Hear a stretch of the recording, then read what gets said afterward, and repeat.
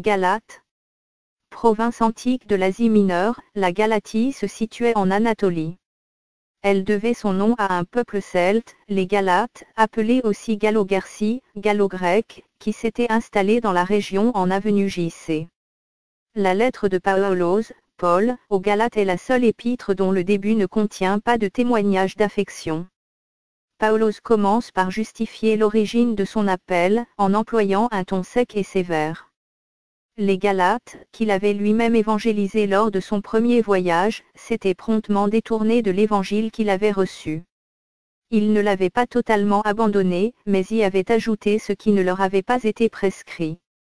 Troublés par les enseignements des judaïsants des Juifs ayant cru en Yehoshua HaMashiach, mais persistant toujours dans la pratique de la loi, les Galates avaient repris à leur compte leur tradition, annihilant ainsi l'œuvre de la croix. Par cette lettre, Paulos les exhorte d'une part à revenir à l'évangile véritable et d'autre part à marcher par l'esprit afin d'emporter le fruit. Introduction. Paulos, apôtre, non de la part des humains, ni par un être humain, mais par Yehoshua Mashiach et Elohim le Père qui l'a ressuscité d'entre les morts, et tous les frères qui sont avec moi, aux assemblées de Galatie, que la grâce et la paix vous soient données de la part d'Elohim le Père et notre Seigneur Yehoshua Mashiach, qui s'est donné lui-même pour nos péchés afin de nous arracher du présent âge mauvais, selon la volonté de notre Elohim et Père. À lui soit la gloire d'âge en âge. Amen. Les Galates se détournent de l'évangile véritable. Je m'étonne que vous vous détourniez si rapidement de celui qui vous a appelé par la grâce du Mashiach pour un autre évangile. Non qu'il y en ait un autre, mais il y a des gens qui vous troublent et qui veulent renverser l'évangile du Mashiach. Mais si nous-mêmes, ou un ange du ciel vous prêche un autre évangile que celui que nous vous avons prêché, qu'il soit anathème. Comme nous l'avons déjà dit, je le dis encore maintenant, si quelqu'un vous prêche un autre évangile que celui que vous avez reçu, qu'il soit anathème. L'esclave du Mashiach, Christ. Car maintenant est-ce la faveur des humains que je désire, ou celle d'Elohim? Ou est-ce que je cherche à plaire aux humains? Car si je plaisais encore aux humains, je ne serais pas un esclave du Mashiach. L'origine de l'appel de Paulos, Paul. Mais je vous fais connaître, frères, que l'évangile qui a été annoncé par moi n'est pas selon l'être humain. Car je ne l'ai reçu d'aucun être humain, personne ne me l'a enseigné, mais par le moyen de la révélation de Yehoshua Mashiach. Car vous avez entendu parler de ma conduite autrefois dans le judaïsme, parce que je persécutais excessivement l'assemblée d'Elohim et la ravageais, et j'étais plus avancé dans le judaïsme que beaucoup de ceux de mon âge et de ma race, étant le plus ardent zélateur des traditions de mes pères. Mais quand il a plu à Elohim, qui m'avait choisi dès le ventre de ma mère, et qui m'a appelé par sa grâce, de révéler en moi son Fils afin que je le prêche parmi les nations, immédiatement, je ne consultai ni la chair ni le sang, et je ne montai pas non plus à Jérusalem vers ceux qui furent apôtres avant moi, mais je partis pour l'Arabie, et je revins encore à Damas. Ensuite, après, je montai à Jérusalem pour faire la connaissance de Pétros et je demeurai chez lui jours. Et je ne vis aucun des autres apôtres, excepté Jacob, le frère du Seigneur. Or dans les choses que je vous écris, voici que devant Elohim je ne mens pas. J'allai ensuite dans les pays de Syrie et de Cilicie. Or j'étais inconnu de visage aux assemblées de Judée qui sont dans le Mashiach, mais elles avaient seulement entendu dire, celui qui autrefois nous persécutait, prêche maintenant la foi qu'il détruisait autrefois. Et elles glorifiaient Elohim à cause de moi. Paulos, Paul, Barnabas et Titas, Tite, à Jérusalem, Jérusalem. Raison pour laquelle, après, je montai de nouveau à Jérusalem avec Barnabas et je pris aussi avec moi Titas. Et ce fut d'après une révélation que j'y montai. Je leur exposai l'évangile que je prêche parmi les nations, en particulier à ceux qui sont les plus considérés, afin de ne pas courir ou avoir couru en vain. Mais Titas, qui était avec moi et qui est grec, n'a même pas été contraint de se faire circoncire. Mais à cause des faux frères qui s'étaient furtivement introduits et glissés parmi nous pour épier la liberté que nous avons en Yehoshua Mashiach, afin de nous réduire en esclavage. Mais nous n'avons pas cédé un seul instant à cela, nous ne nous sommes pas soumis, afin que la vérité de l'Évangile soit maintenue parmi vous. Mais de la part de ceux qui sont les plus estimés, ce qu'il était autrefois m'importe peu, Elohim n'a pas égard à l'apparence extérieure de l'homme, car ceux qui sont en estime ne m'ont rien communiqué. Mais au contraire, voyant que l'évangile m'avait été confié pour l'incirconcision, comme à Pétros pour la circoncision, car celui qui a agi puissamment en Pétros pour l'apostolat de la circoncision, a aussi agi puissamment en moi pour les nations. Et Yaakov, et Kéapha et Yohanan, qui paraissaient être des colonnes, ayant reconnu la grâce que j'avais reçue, me donnèrent, à moi et à Barnabas, la main d'association, afin que nous allions, nous vers les nations, et eux vers la circoncision. Nous devions seulement nous souvenir des pauvres, ce que je me suis aussi efforcé de faire. Paul, reprend Pétros, Pierre, à Antioche. Mais lorsque Pétros vint à Antioche, je lui résistai en face parce qu'il était condamné. Car, avant la venue de quelques personnes de la part de Yaakov, il mangeait avec les nations, mais quand elles furent venues, il se cacha et se sépara d'elles, craignant ceux de la circoncision. Les autres Juifs aussi agirent d'une manière hypocrite avec lui, de sorte que Barnabas même fut entraîné par leur hypocrisie. Mais, quand je vis qu'il ne marchait pas dans le droit chemin selon la vérité de l'Évangile, je dis à Pétros, devant tout, si toi qui es juif, tu vis à la manière des nations et non à la manière des Juifs, pourquoi contrains-tu les nations à judaïser?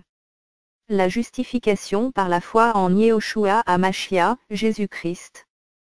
Nous, Juifs de nature, et non pas pécheurs d'entre les nations, sachant que l'être humain n'est pas justifié en vertu des œuvres de la Torah, mais par le moyen de la foi en Yehoshua HaMashiach, nous aussi nous avons cru en Yehoshua HaMashiach, afin que nous soyons justifiés par la foi en Mashiach et non pas par les œuvres de la Torah, parce qu'aucune chair ne sera justifiée par les œuvres de la Torah.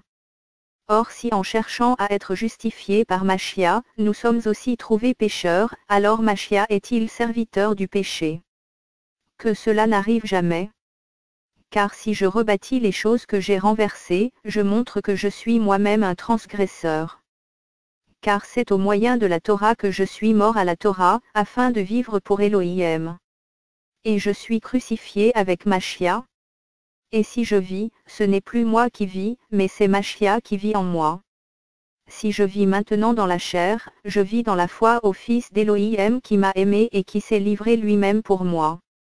Je n'annule pas la grâce d'Elohim, car si la justice est par le moyen de la Torah, Mashiach est donc mort gratuitement. L'Esprit est donné à ceux qui ont la foi. Aux Galates dénués d'intelligence.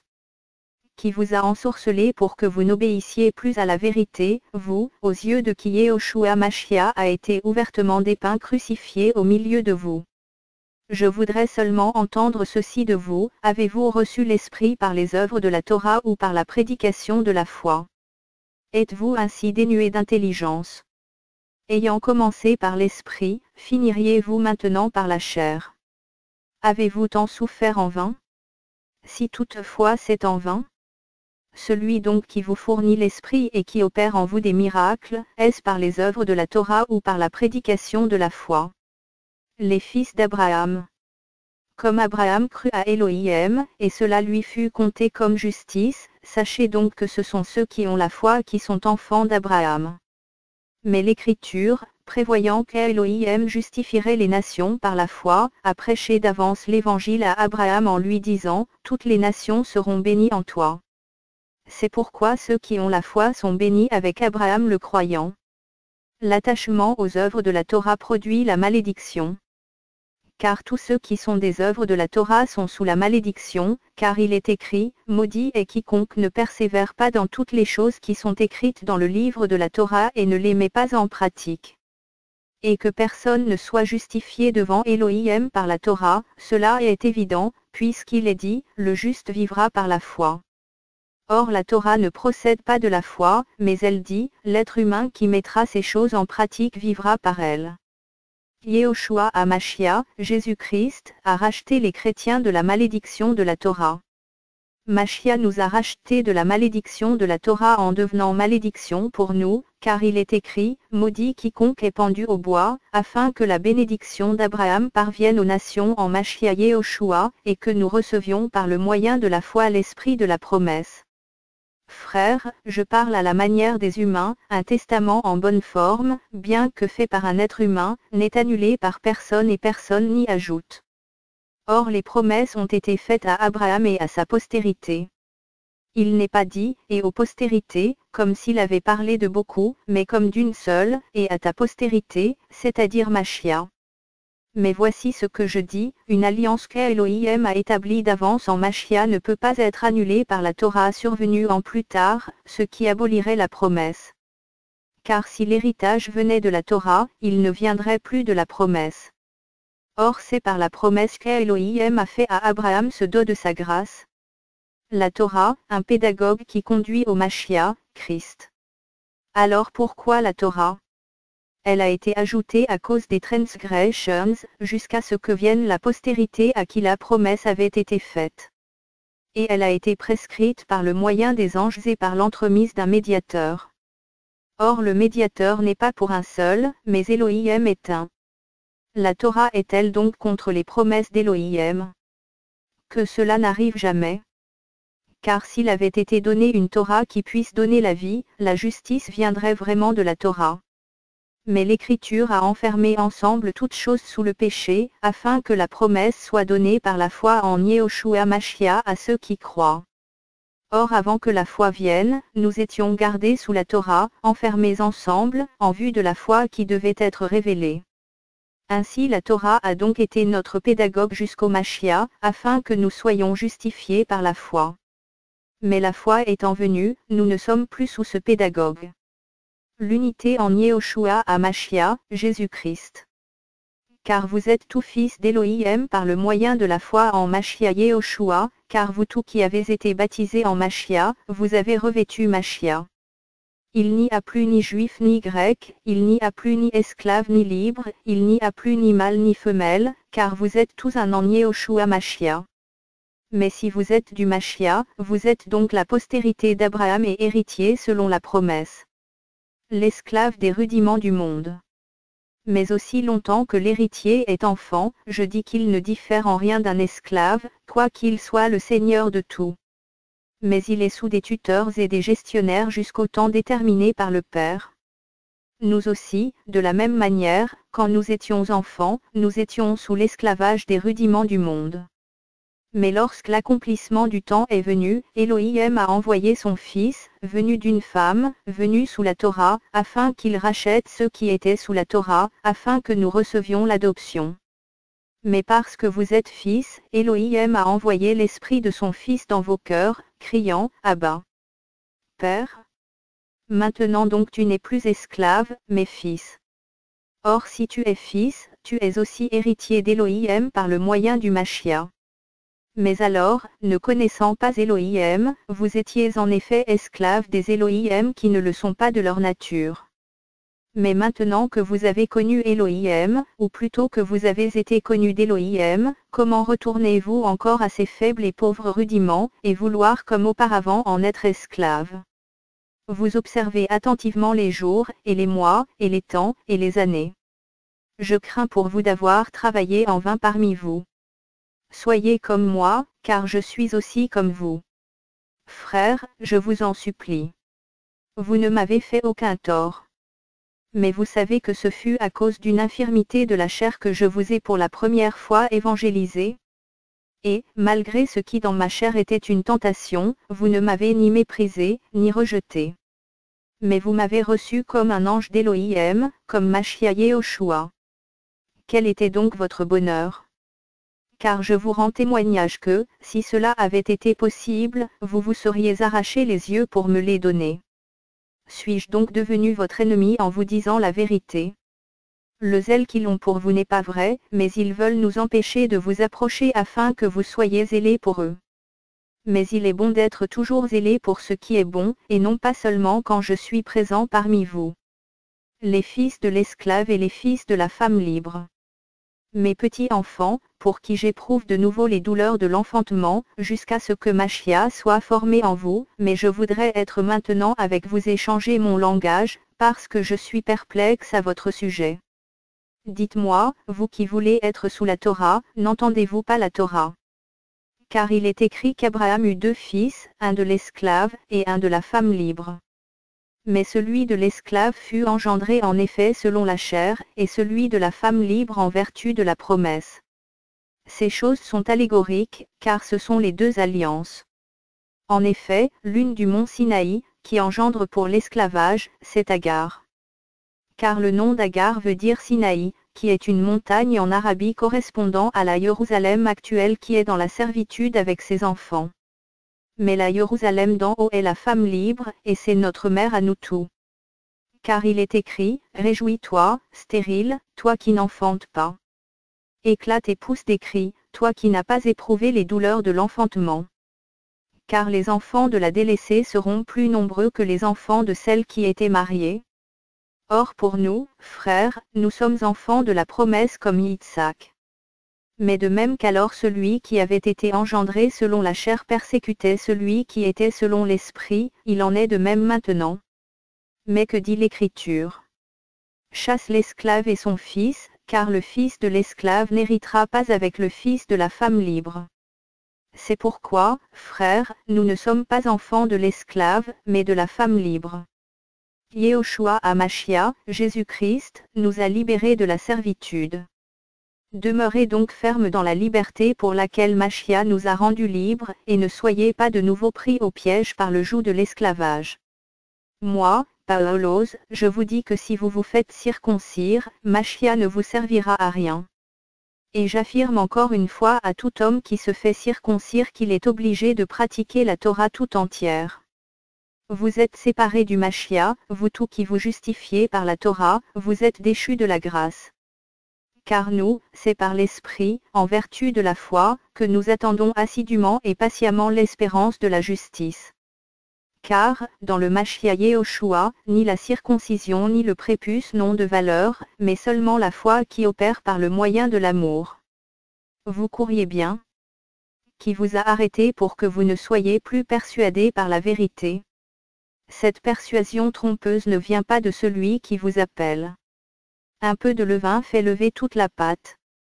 J'ai cette confiance en vous dans le Seigneur que vous n'aurez pas d'autre pensée. Mais celui qui vous trouble, quel qu'il soit, en portera la condamnation. Mais moi, frère, si je prêche encore la circoncision, pourquoi suis-je encore persécuté? Le scandale de la croix est donc aboli. Je voudrais aussi qu'il soit retranché, ceux qui vous agitent. Car vous, frères, vous avez été appelés à la liberté. Seulement n'usez pas de cette liberté comme d'une occasion pour la chair. Mais, par le moyen de l'amour, soyez esclaves les uns des autres. Car toute la Torah est accomplie dans cette seule parole, tu aimeras ton prochain comme toi-même. Mais si vous vous mordez et vous vous dévorez les uns les autres, prenez garde que vous ne soyez détruits les uns par les autres. Mais je dis, marchez selon l'esprit et vous n'accomplirez pas le désir de la chair. La chair et ses œuvres s'opposent à l'esprit d'Élohim.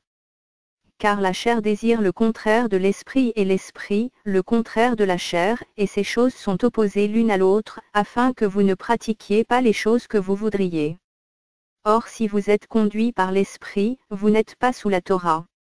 Mais les œuvres de la chair sont évidentes, ce sont l'adultère, la relation sexuelle illicite, l'impureté, la luxure sans bride, l'idolâtrie, la sorcellerie, les inimitiés, les querelles, les jalousies, les animosités, les esprits de parti, les divisions, les sectes, les envies, les meurtres, les ivrogneries, les orgies et les choses semblables à celles-là, au sujet desquelles je vous prédis, comme je vous l'ai déjà dit, que ceux qui commettent de telles choses n'hériteront pas le royaume d'Élohim. Le fruit de l'esprit.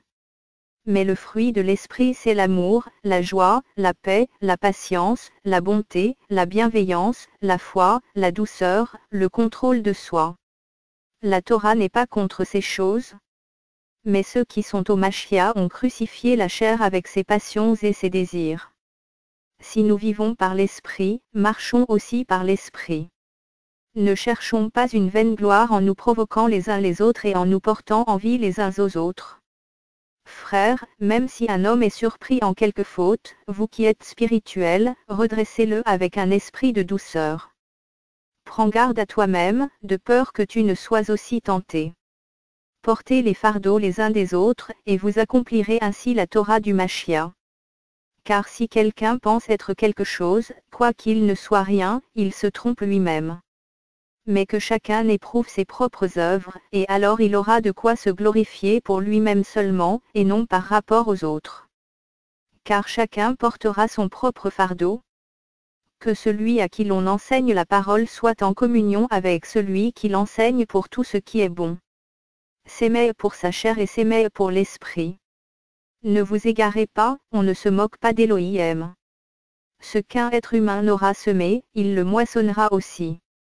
Parce que celui qui sème pour sa chair moissonnera de la chair la corruption, mais celui qui sème pour l'esprit moissonnera de l'esprit la vie éternelle. Et ne perdons pas courage en pratiquant ce qui est bon, car nous moissonnerons au temps convenable, si nous ne nous relâchons pas. Ainsi donc, pendant que nous en avons le temps, pratiquons ce qui est bon envers tout, mais principalement envers ceux qui sont de la famille de la foi. Voyez les grandes lettres avec lesquelles je vous ai écrit de ma propre main. Tous ceux qui veulent se montrer d'une bonne manière dans la chair vous forcent à vous faire circoncire, uniquement afin de ne pas être persécutés pour la croix du Mashiach. Car ceux-là même qui sont circoncis n'observent pas la Torah, mais ils veulent que vous soyez circoncis, afin de se glorifier dans votre chair.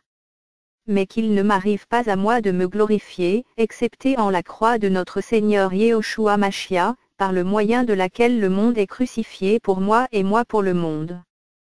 Car en Mashiach Yehoshua ce n'est ni la circoncision, ni l'incirconcision qui peuvent quelque chose, mais la nouvelle création. Et quant à tous ceux qui marcheront selon cette règle, paix et miséricorde sur eux et sur l'Israël d'Élohim. Conclusion. Au reste, que personne ne me fasse de la peine, car je porte sur mon corps les marques du Seigneur Yehoshua. Frères, que la grâce de notre Seigneur Yehoshua Mashiach soit avec votre esprit. Amen.